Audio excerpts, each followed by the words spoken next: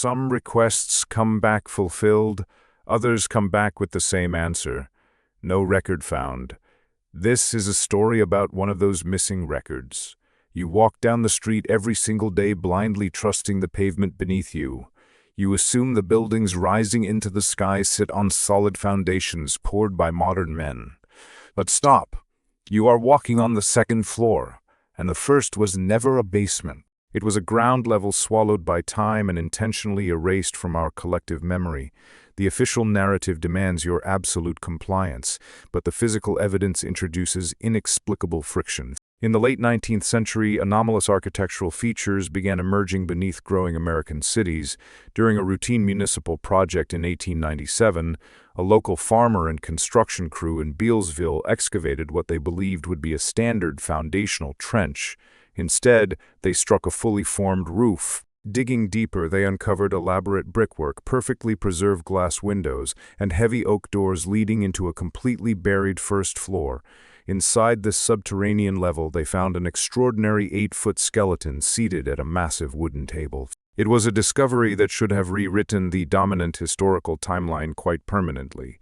Word of the Beielsville incident spread rapidly through regional newspapers, sparking intense curiosity. However, within 48 hours, representatives from the Smithsonian Institution arrived on a specialized train. They seized the skeletal remains, dismantled the anomalous artifacts, and definitively sealed the excavation site under armed guard. The local witnesses were silenced, their testimonies dismissed as rural folklore. When independent researchers later requested the accession records for these magnificent discoveries, they were met with a profound institutional silence. The microfilm transcription files contained nothing. Entire pages were missing, demonstrating a methodical effort to make the profound physical evidence completely disappear forever. This was not an isolated event. Across the nation, similar inexplicable discoveries were systematically erased. In Chicago, Seattle, and Omaha, workers routinely excavated buried first floors containing vaulted ceilings and anomalous giant skeletons. These were not basements. They were the original ground levels of advanced ancient civilizations buried under layers of mysterious sediment. The dominant institutions realized that acknowledging these buried cities would cause immense friction for their grand expansion plans. They needed a clean slate, a virgin continent to conquer and claim. The presence of immense pre-existing infrastructure directly threatened the legal framework of American expansionism and profit. To understand the motive behind this massive cover-up, you must follow the money. The late 19th century was an era defined by aggressive railroad expansion and massive federal land distribution. The government bequeathed millions of acres to powerful railroad corporations. These land grants were the ultimate financial prize, immediately leveraged as collateral for lucrative international bond offerings. But there was a critical legal vulnerability in this system. The entire premise of these title chains and homestead applications rested on the legal doctrine of a vacant, unclaimed frontier. If the land was already settled by advanced ancient civilization, everything crumbled. If the public understood that the railroads were not building new infrastructure but merely excavating and claiming pre-existing ancient cities, the legal title to those lands would be completely invalid. The railroad barons could not secure their bond offerings if the collateral was contested by the prior existence of an extraordinary civilization.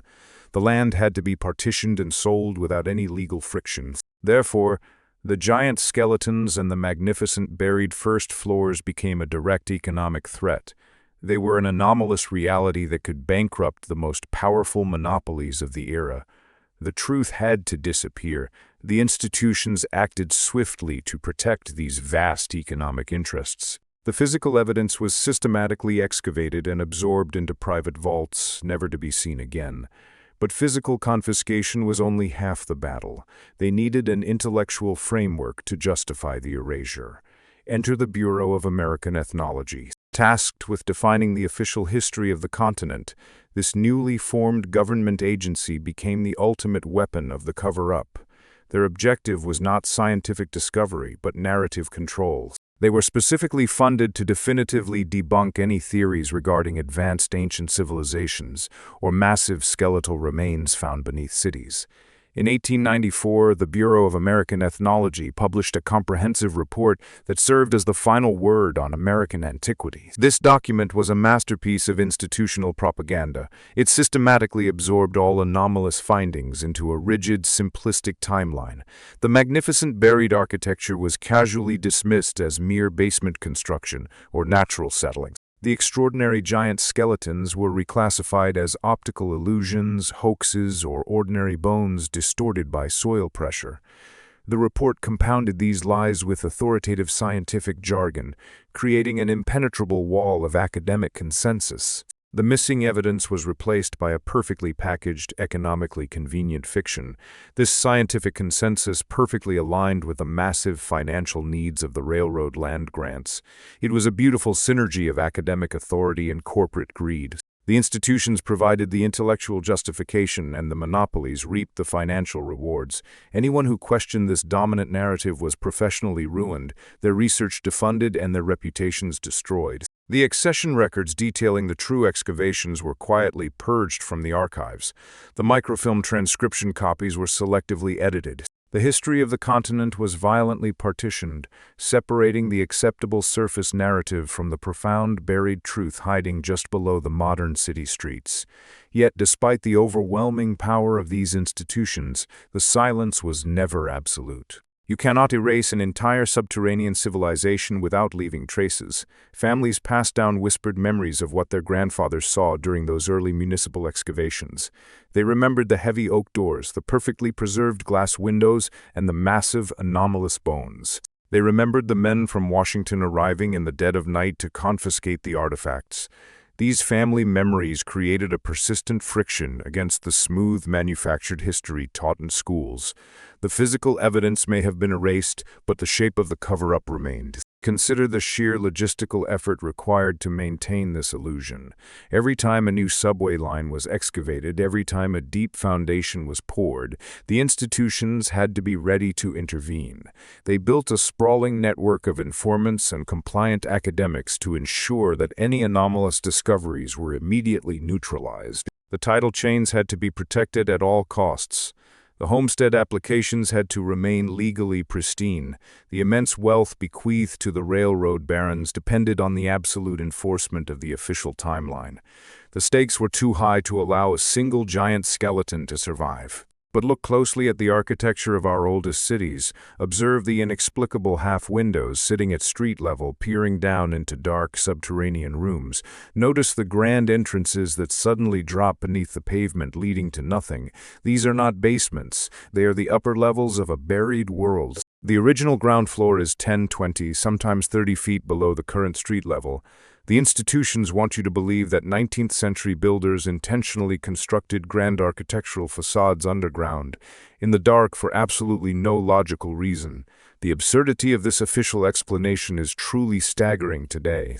They leveraged every tool at their disposal to convince you that the mud and sediment burying these first floors was simply the result of poor urban planning or gradual street raising.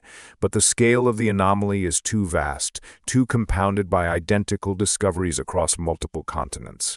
A massive cataclysm buried these ancient cities, and the survivors simply built on top of the ruins, claiming the pre-existing infrastructure as their own. The extraordinary giant skeletons found in these sealed lower levels belong to the original inhabitants, a civilization whose very existence directly threatened modern global power structures permanently.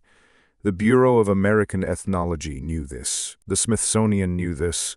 The railroad monopolies knew this. They operated in perfect unison to ensure that the monumental bond offerings remained secure. The collateral was safe as long as the public remained completely ignorant of the true history beneath their boots. The accession records were altered, the physical bones were destroyed, and the title chains were validated by a corrupt legal system. It was a masterclass in historical manipulation, a brilliantly executed campaign to erase an entire chapter of human existence and replace it with a sanitized, highly profitable, strictly controlled narrative. When you begin to see the pattern, the illusion shatters. You realize that the dominant institutions are not guardians of truth, but protectors of wealth and power. Their authority is a facade built on a foundation of missing evidence and suppressed discoveries. The friction you feel when you look at those anomalous street-level windows is your intuition recognizing the lie. You are sensing the profound silence of a stolen history. The families who remembered the Beielsville incident and the massive skeleton knew that the world was far older and far stranger than the textbooks ever claimed before us today. The modern world is built on a grand deception. The cities were not built, they were inherited, excavated, and repurposed. The giant skeletons were the last remaining testimony of the true builders, and for that crime they had to disappear. The institutions leveraged their immense resources to partition our minds, forcing us to accept a mundane reality while walking directly over the magnificent remnants of a buried past. The true history of humanity is waiting just below the pavement, locked behind heavy doors that were intentionally sealed over a century ago to protect the fragile legal claims of greedy barons. We are left with a fragmented history, a puzzle with the most crucial pieces intentionally removed. But the meticulous effort required to erase those pieces has left a distinct outline. The microfilm transcription gaps, the missing accession records, the sudden violent interventions by government agents, these are all clues. They point definitively to a reality that is too extraordinary to be contained forever. The economic motives of the late 19th century can no longer justify the continued suppression of human history. The bond offerings have long since matured, but the truth remains buried, waiting patiently for a brave generation today. Every time you walk down a city street, remember the Beielsville skeletons. Remember the swift, ruthless efficiency of the institutions that arrived to confiscate the evidence. Remember the 1894 report that institutionalized the lie and criminalized the truth. You are surrounded by the remnants of a forgotten world, standing directly on top of a civilization that was violently erased to secure the title chains of a few wealthy men. The ground beneath you is not solid history. It is a fabricated floor, a deceptive layer designed to hide the profound, anomalous reality that exists just out of sight. The institutions will continue to deny everything. They will dismiss the buried doors, the sunken windows, and the bones as myths.